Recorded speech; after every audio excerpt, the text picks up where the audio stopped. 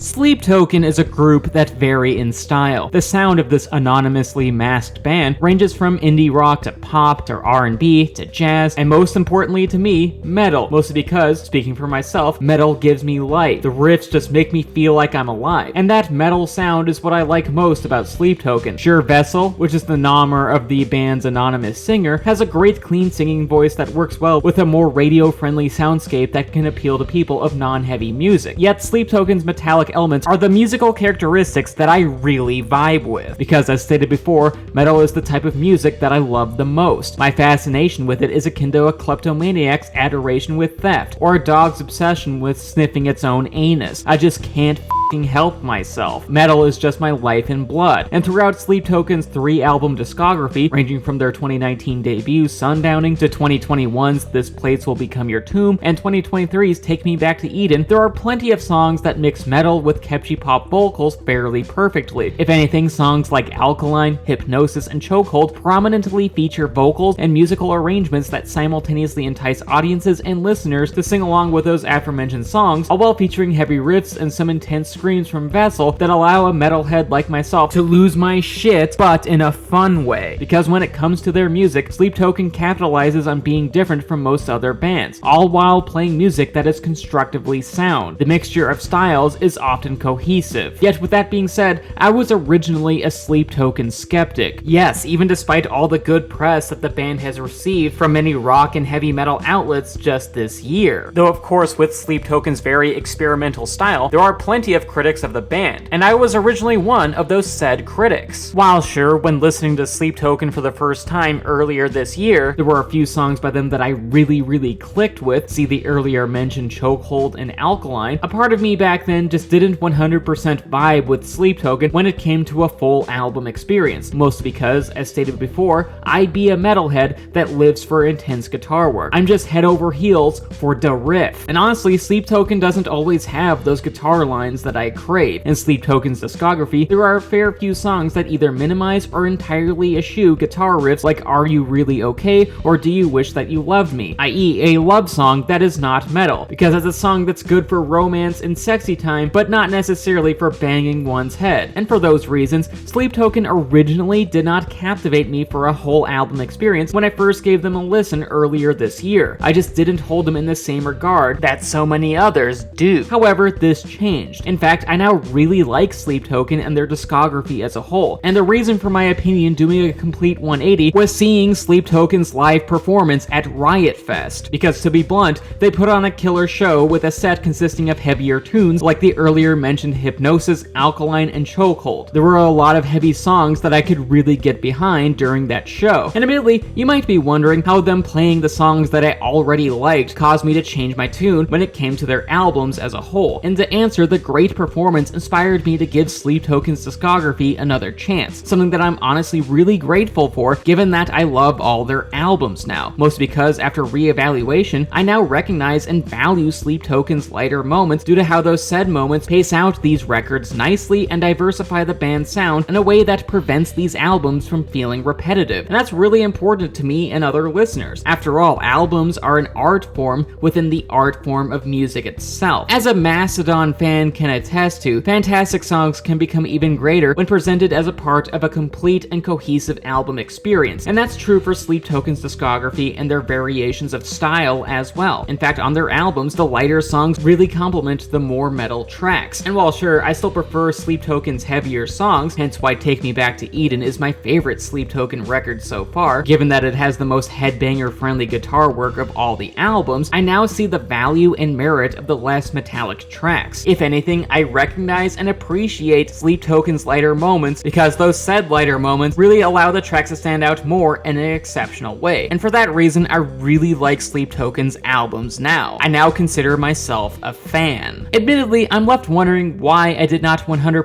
vibe with Sleep Token before. After all, I generally love bands that experiment and fuse with other genres in creative ways. Hell, fusion genres are the shit that has kept metal alive and interesting enough for over half a damn century. Because because technically, many metal subgenres are fusions of other styles of music, even for bands that we now recognize as classic metal acts. So yeah, I'm just confused as to why it took me so long to become a fan of Sleep Token. Maybe when first listening to their albums, I was just in more of a death metal mood, which to be honest, is valid. But regardless of why I did not gel with Sleep Token before, I can honestly say that I dig them now. They're a great band, I look forward to seeing what they do next, and to be honest, I'm now all aboard the Sleep Token hype train.